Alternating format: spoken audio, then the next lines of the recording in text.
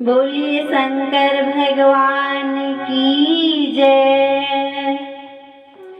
आज हम भक्तगण आप लोग के सामने हम एक कथा बताने जा रहे हैं। उसमें एक राजा की कथा है जो सत्यनारायण भगवान की कथा है। इस कलयुग में कथा, पौराणिक कथाएं और वेद शास्त्र के अनुसार ही मनुष्य का जीवन सफल होगा। बोले विष्णु भगवान की जय। प्राचीन समय की बात है। भारत में एक राजा राज्य करता था। बहुत पुरानी बात है कि एक राजा भारत में राज्य करता था। वह बड़ा प्रतापी तथा दानी था। वह नित्य प्रति मंदिर में भगवत दर्शन करने जाता था। वह ब्राह्मण और गुरु की सेवा किया करता था। उसके द्वार से कोई भी याचक निराश होकर नहीं लौटता था। ऐसी भी कहा गया कि हमारे द्वार पर कोई भी व्यक्ति अगर आते हैं तो उन्हें निराश करके नहीं भेजना चाहिए। भगवान पता नहीं किस भेष में आ जाएं और आपसे परीक्षा ले लें। उसी प्रकार वह राजा था। वह प्रत्येक गुरुवार को व्रत रखता और पूजन करता था। हर दिन गरीबों की सहायता करता था। परंतु यह सब बातें उसकी रानी को अच्छी नहीं लगती थी। वह न व्रत करती और न किसी को एक भी पैसा दान में देती थी। वह राजा से भी ऐसा करने को मना किया करती थी। जो राजा की पत्नी थी वह बहुत ही अजीब स्वभाव की थी, राजा से बिल्कुल अलग। एक समय की बात है कि राजा शिकार खेलने वन को चले गए। घर पर रानी और दासी थी। उस समय गुरु बृहस्पति साधु का रूप धारण कर राजा के दरवाजे पर भिक्षा मांगने आए। साधु ने रानी से भिक्षा मांगी तो वह कहने लगी, हे साधु महाराज, मैं इस दान और पुण्य से तंग आ गई हूँ। इस कार्य के लिए तो मेरे पतिदेव ही बहुत हैं। अब आप ऐसी कृपा करें कि सारा धन नष्ट हो जाए तथा मैं आराम से रह सकूं। देखिए, स्त्री भी कोई कैसी होती है, जब उसे धन मिलता है, सुख मिलता है तो सुख को भी वह ठुकराना चाहती है। साधु रूपी बृहस्पति देव ने कहा, हे देवी, तुम बड़ी विचित्र हो। संतान और धन से कोई दुखी नहीं होता, इसको सभी चाहते हैं। पापी भी पुत्र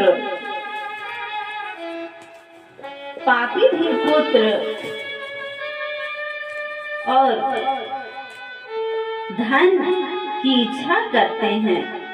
अगर तुम्हारे पास धन अधिक है तो भूखे मनुष्य को भोजन कराओ, पियाओ, लगाओ, ब्राह्मणों को दान दो, धर्मशालाएं बनाओ, कुआं, तालाब, बावड़ी, बाग, बगीचे आदि का निर्माण कराओ तथा निर्धनों की कुंवारी कन्याओं का विवाह कराओ। साथ ही यज्ञ करो। इस प्रकार के कर्मों से आपके कुल का और आपका नाम परलोक में सार्थक होगा एवं स्वर्ग की प्राप्ति होगी। परंतु रानी साधु के इन बातों से खुश नहीं हुई। उसने कहा, हे साधु महाराज, मुझे ऐसे धन की आवश्यकता नहीं जिसको मैं अन्य लोगों को दान दूं तथा जिसको रखने और सहलाने में ही मेरा सारा समय नष्ट हो जाए। साधु ने कहा, हे देवी, यदि तुम्हारी ऐसी ही इच्छा है तो जैसा मैं तुम्हें बताता हूँ तुम वैसा ही करना।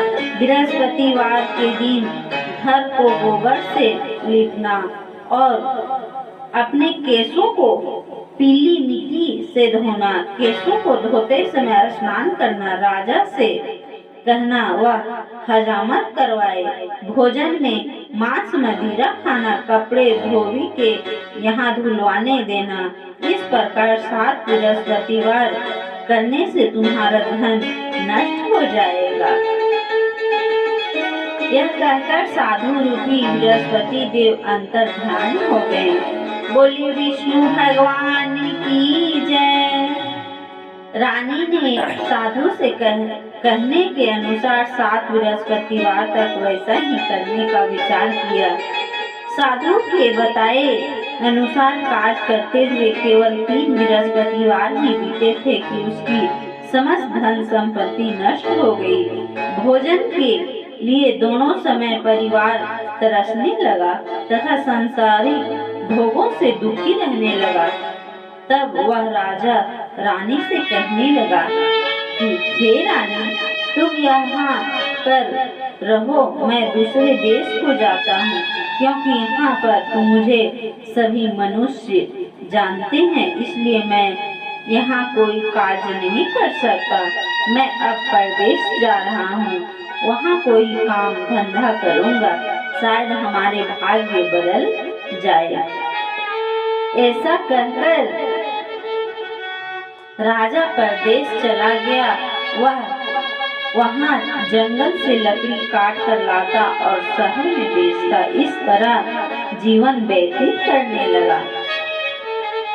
इधर राजा के बिना रानी और दासियों दुखी रहने लगी। किसी दिन भोजन मिलता और किसी दिन जल पीकर ही रह जाती।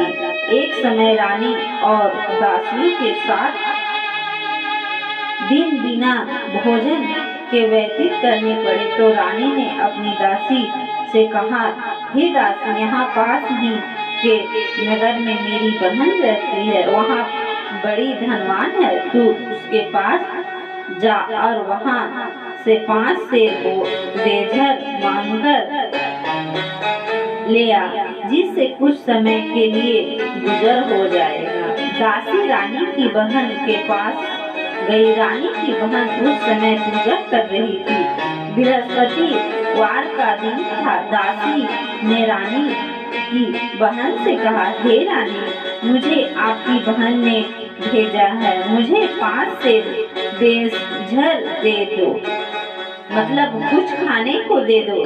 दासी ने यह बात अनेक बार कही, परंतु रानी की बहन ने कोई उत्तर नहीं दिया, क्योंकि वह उस समय बृहस्पतिवार की कथा सुन रही थी। जब दासी को रानी की बहन से कोई उत्तर नहीं मिला तो वह बहुत दुखी हुई। उसने क्रोध भी आया। वह लौटकर रानी से बोली, हे रानी, आपकी बहन बहुत ही घमंडी है, वह छोटे लोगों से बात भी नहीं करनी चाहती। मैंने उससे कहा तो उसने कोई उत्तर नहीं दिया। मैं वापस चली आई। रानी बोली, हे दासी, इसमें उसका कोई दोष नहीं है। जब बुरे दिन आते हैं तो तब कोई सहारा नहीं देता। अच्छे बुरे का पता विपत्ति में ही लगता है। जो ईश्वर की इच्छा होगी वही होगा। यह सब हमारे भाग्य का दोष है। उधर रानी की बहन ने सोचा कि मेरी बहन की दासी आई थी, परंतु मैंने उससे नहीं बोली, इससे वह बहुत दुखी हुई होगी। अतः कथा सुन और विष्णु भगवान का पूजन समाप्त कर वह अपनी बहन के घर आई और कहने लगी, हे बहन, मैं बृहस्पतिवार का व्रत कर रही थी, तुम्हारी दासी हमारे घर गई थी, परंतु जब तक कथा होती है तब तक हम लोग न उठते हैं। और ना बोलते हैं, इसलिए मैं नहीं बोली। कहो दासी, क्यों गई थी रानी?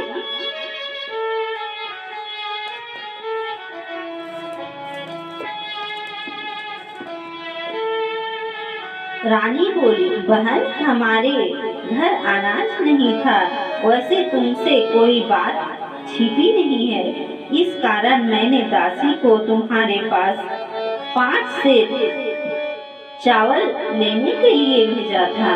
रानी की बहन बोली, बहन देखो, बृहस्पति भगवान सबको मनोकामना पूर्ण करते हैं।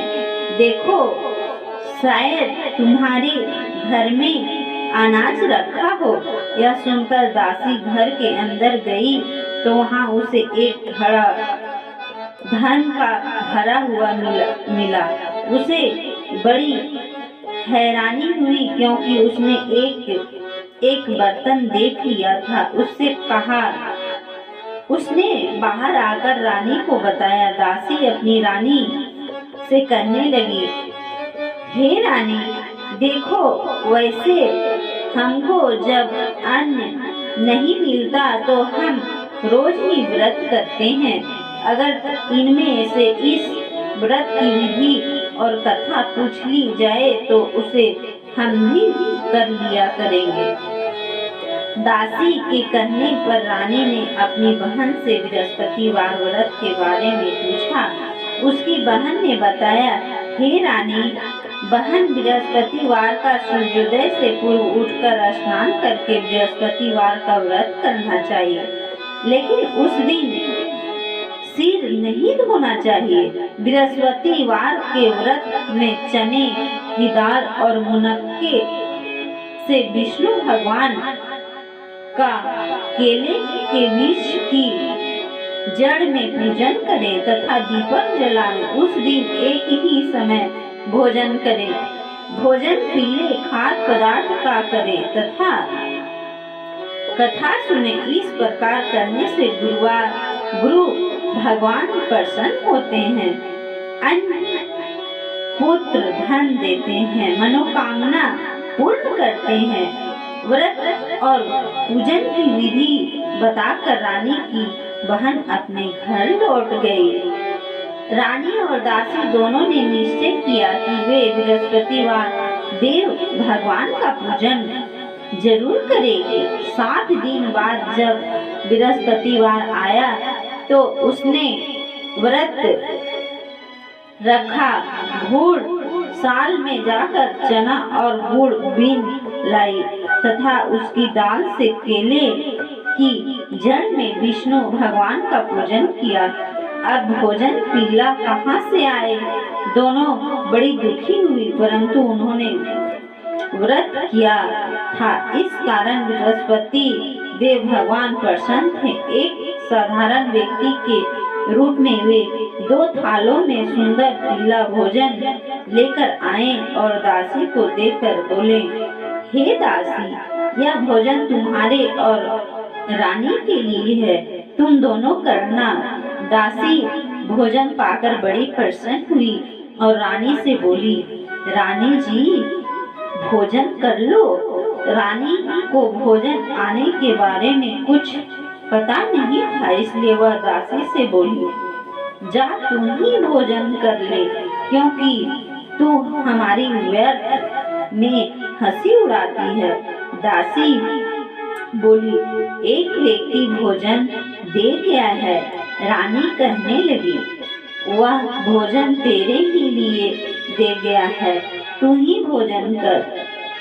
दासी ने कहा, वह व्यक्ति हम दोनों के लिए 2 थालों में भोजन दे गया है, इसलिए मैं और आप दोनों ही साथ साथ भोजन करेंगे। फिर दोनों ने गुरु भगवान को नमस्कार कर भोजन प्रारंभ किया। उसके बाद से वे प्रत्येक बृहस्पतिवार को गुरु भगवान का व्रत और पूजन करने लगी। बृहस्पति भगवान की कृपा से उसके पास धन हो गया, परंतु रानी फिर पहले की तरह से आलस्य करने लगी। तब दासी बोली, देखो रानी, तुम पहले भी इसी प्रकार आलस करती थी। तुम्हें धन के रखने में कष्ट होता था, इस कारण सभी धन नष्ट हो गया। अब गुरु भगवान की कृपा से धन मिला है तो फिर तुम्हें आलस्य होता है। बड़ी मुसीबतों के बाद हमने यह धन पाया है, इसलिए हमें दान पुण्य करना चाहिए।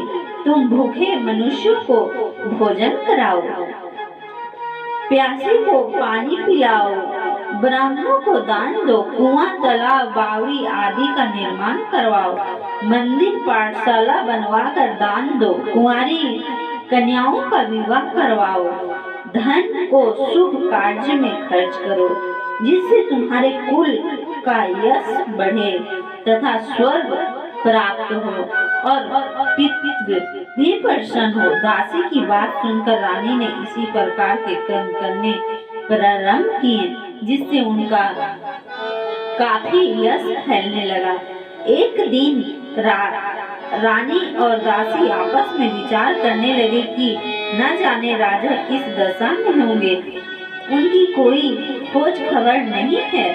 गुरु भगवान से उन्होंने प्रार्थना की और भगवान ने रात्रि में राजा को स्वप्न में कहा, हे राजा, उठ, तेरी रानी तुझको याद कर रही है, अब अपने देश को लौट जा। राजा प्रातः काल उठकर जंगल से लकड़ियां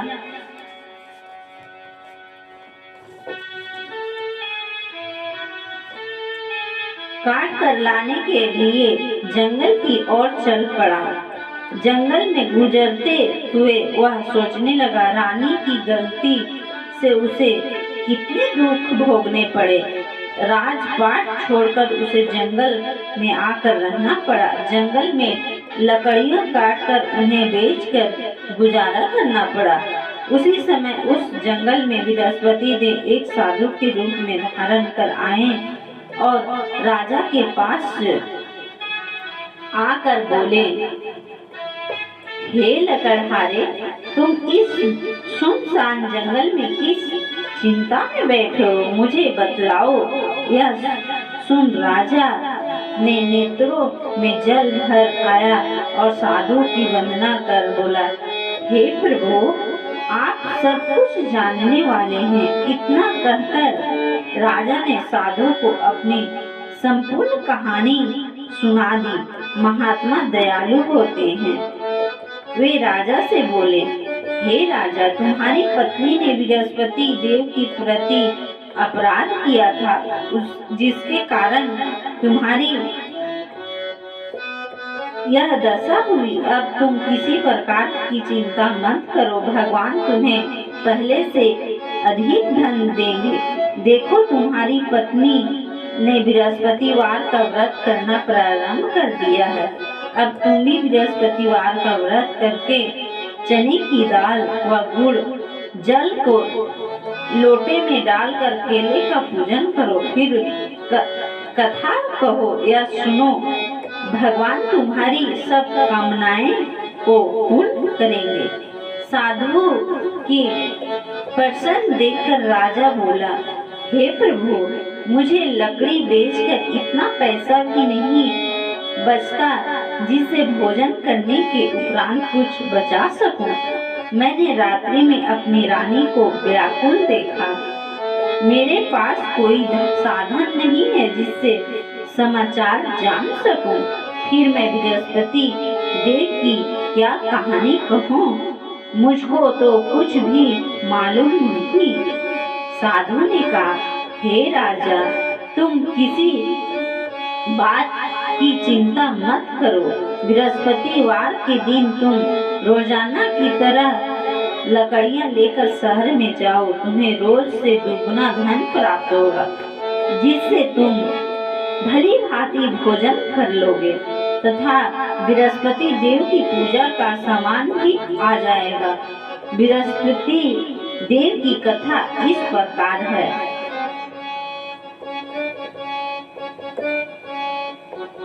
बृहस्पति देव की कथा। प्राचीन काल में एक बहुत ही निर्धन ब्राह्मण रहता था।